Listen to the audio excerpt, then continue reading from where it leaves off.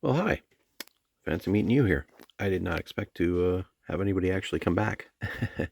um, if you're watching this, either one of two things has happened. You've watched one of my other videos where I've taken a mini system of some kind, made a mini system of some kind from something.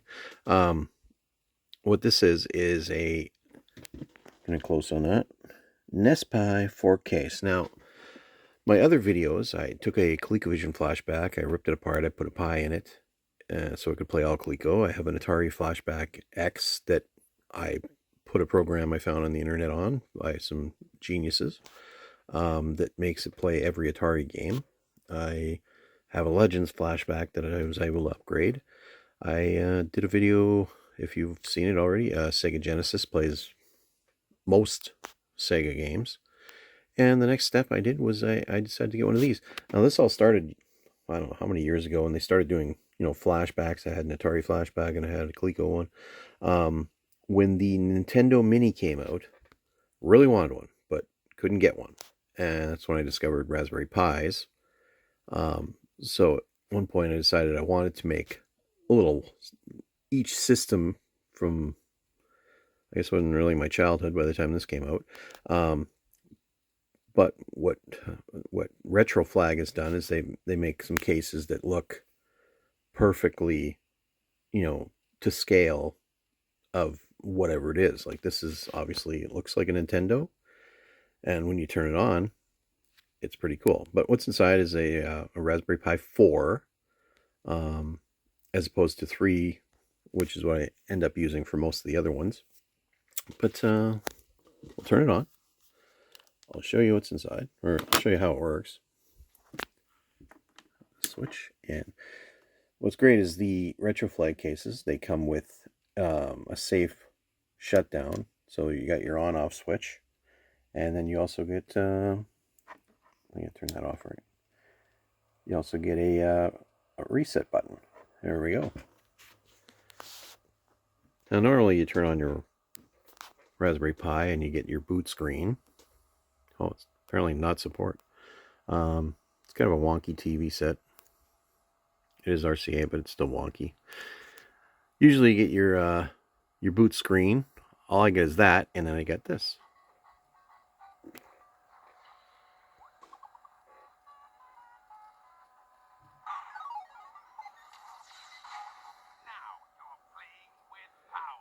Now, of course, that's an older Nintendo commercial that I put on here for the boot screen. This part here I found somewhere on the internet through somebody's RetroPie loading screen. I just spliced the two of them together to cover the entire boot boot log up and everything, the emulation station thing, and then it comes right to this. Now, the other thing about Retroflag is they also sell controllers that look perfect. The only thing it doesn't say is Nintendo, but it looks perfect. I believe the other one is Player One.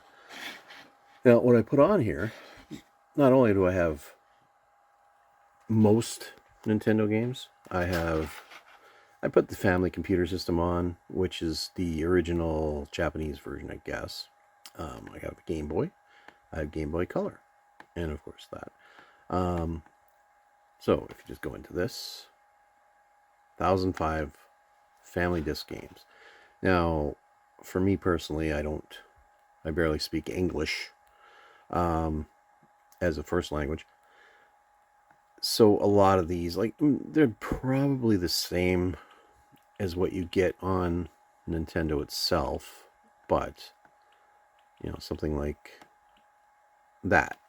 I don't know if I'm going to be playing it much, but it's cool to have it on here, just for the sake of, I guess, nostalgia or whatever.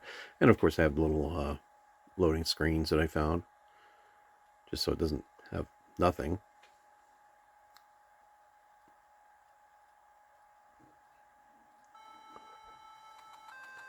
And see, it's kind of hard to play it when you don't know what it's saying.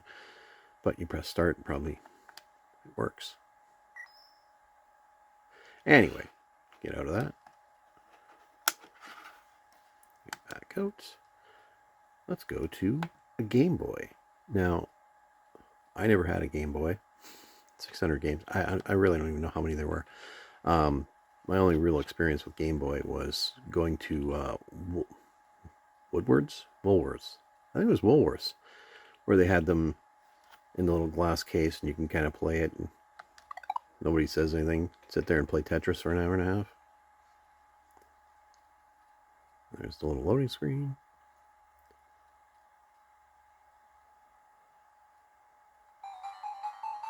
Amazing taters. This is pretty cool. Alright, I don't even know how to play this. Oh, okay. I'm trying to play this with one hand because I'm not that smart. Oh, I think I know how to do this. I'm just not going to do it now. As I tilt my camera. Let's back out of this. And then I have Game Boy Color, which 540 of those. If you're going to build the system, you can put any game you want on it, I guess. I just put in a game that, I don't know, I thought I could understand because I'm not that smart. That's the sound of my chair. Anyways.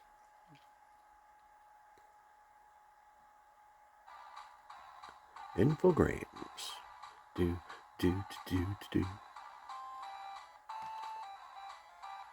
You know, back in 98, that was pretty cool. You'd have this in your hand, playing games like this. I never had that as a kid. The only thing you can play in your hand was the Simon game, probably, or cards.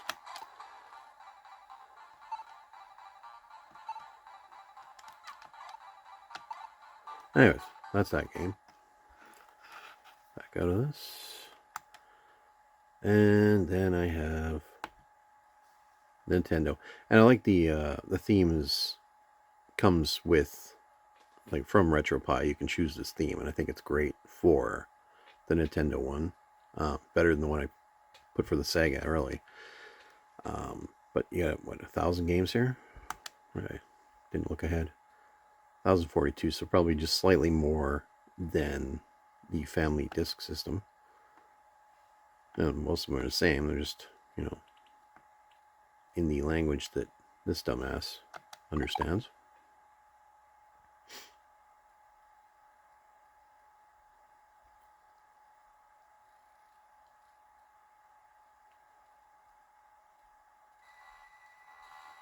Let's see here.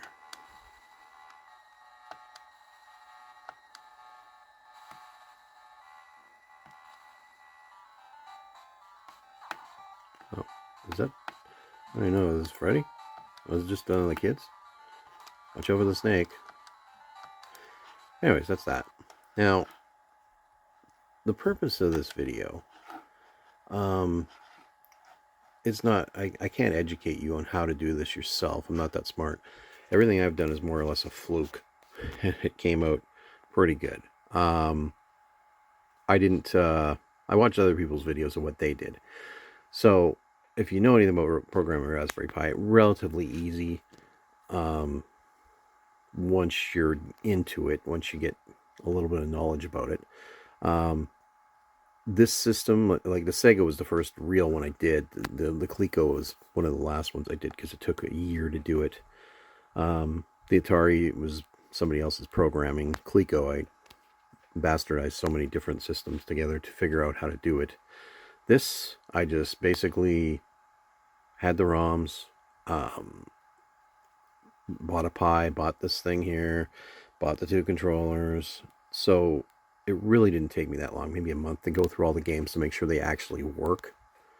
A lot of people just throw every ROM they can on the thing and then, yay, we're good.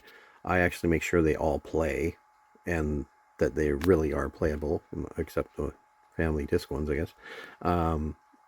Now, the other cool things about this Retro Flag case is it's pretty realistic. Now, I never had a Nintendo myself, but I knew people that had them, and I've seen them.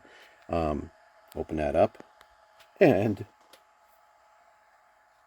one of these. Now, what this is, it's just a fake cartridge, which is cool, but it has an SSD in it. So a lot of people, if you want, you can, instead of going from your SD card, you can boot from your SSD. What I ended up doing is I put Kodi on here, and I'm using it for basically for streaming.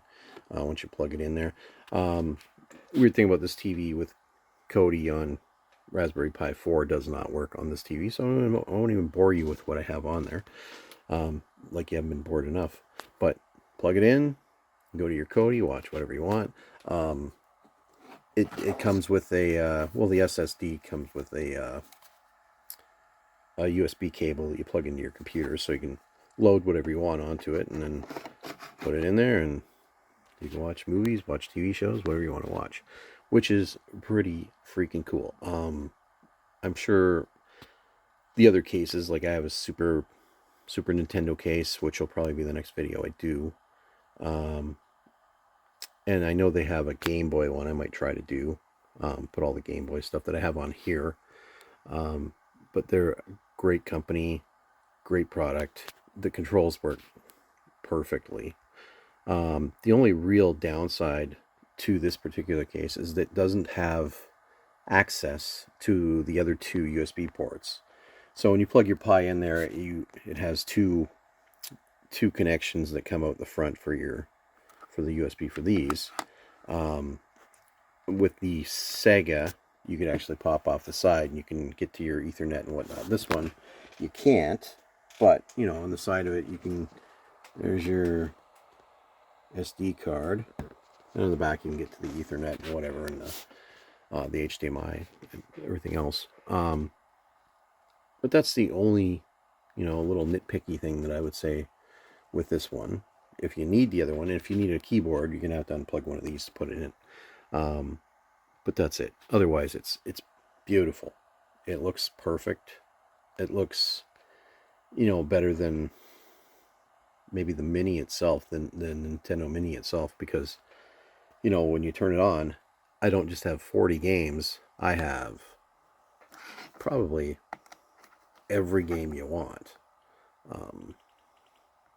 Because for me personally, all I cared about was Donkey Kong and stuff like that, which is here. Dig Dug, Dirty Harry. Oh look, Donkey Kong, Donkey Kong Land, Donkey Kong Classic, Donkey Kong Jr. Whatever that is, which maybe that should have been in the other one. It should have been the Japanese version.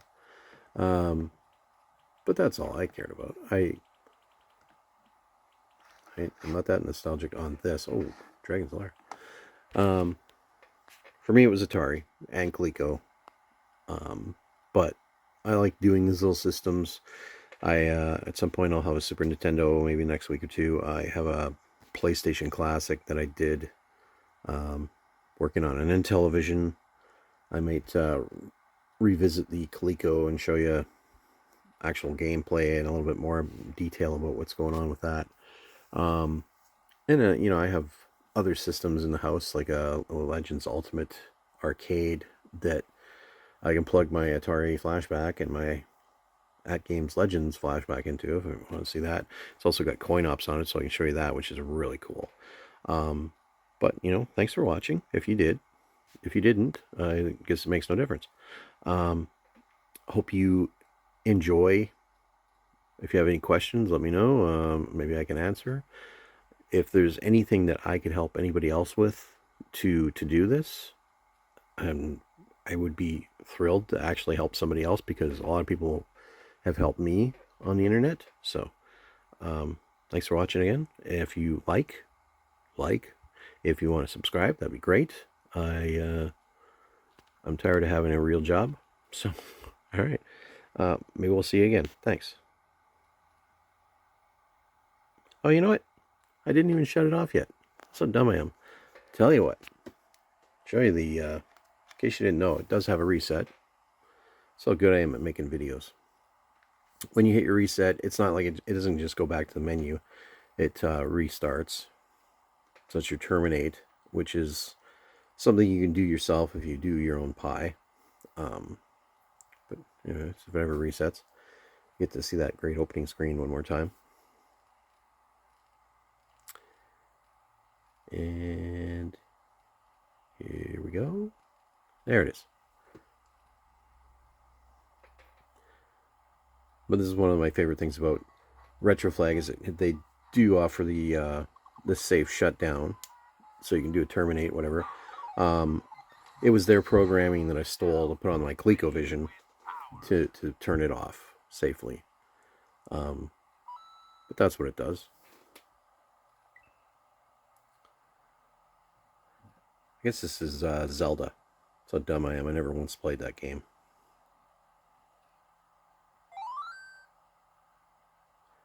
And we're back to the screen. And there we go. Turn it off. Terminates again. And the light goes out. Much like the video. And thanks for watching. Like, subscribe, blah, blah, blah. Hope to see you again someday. Bye-bye.